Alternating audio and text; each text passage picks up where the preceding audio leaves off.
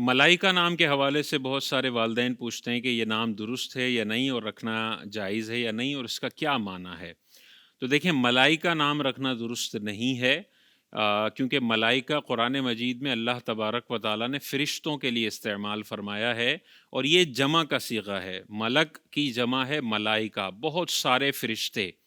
تو بہت سارے فرشتے، انسان یا بچی کے لیے یہ نام رکھنا، یہ معنی کے ساتھ کسی بھی طرح کی کوئی مناسبت نہیں بن رہی ہے، تو یہ معنی، یہ والا نام رکھنا درست نہیں ہے۔ ہاں، اگر کسی نے رکھ دیا تو وہ گناہ گار نہیں ہوگا، لیکن جو حدیث میں جس طرح کے نام رکھنے کی ترغیب ہے کہ اچھوں کے نام پر نام رکھو، اچھوں میں پھر ازواج مطہرات آ گئیں، ان کے ناموں پر نام، صحابیات کے ناموں پر نام، اہل بیت کے ناموں پر نام، اور روئے زمین پر جتنی بھی خواتین گزری ہیں جو متقیہ، پرہیزگار، اللہ کی ولیہ خواتین تھیں، ان کے ناموں پر نام رکھنا یہ سب سے زیادہ شاندار، اور اس کی بہت زیادہ برکتیں بچی کو حاصل ہوں گی۔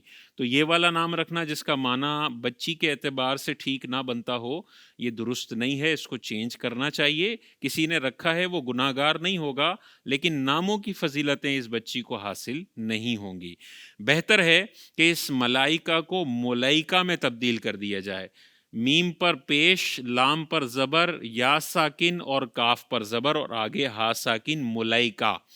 ملائکہ چھوٹی ملکہ یا عظیم ملکہ یا پیاری ملکہ، اس طرح کے معنی میں ملائکہ یوز ہوتا ہے، یہ بالکل درست ہے۔ تو ملائکہ نام رکھنا درست نہیں ہے، ملائکہ نام رکھیں تو بہت بہتر ہو جائے گا انشاءاللہ۔ زندگی کے تمام شعبوں میں دینی رہنمائی حاصل کرنے اور آخرت کو بہتر کرنے کے لیے ہمارے YouTube channel Islamic digital studio کو سبسکرائب کر لیں اور بیل آئیکن بھی پریس کر لیں۔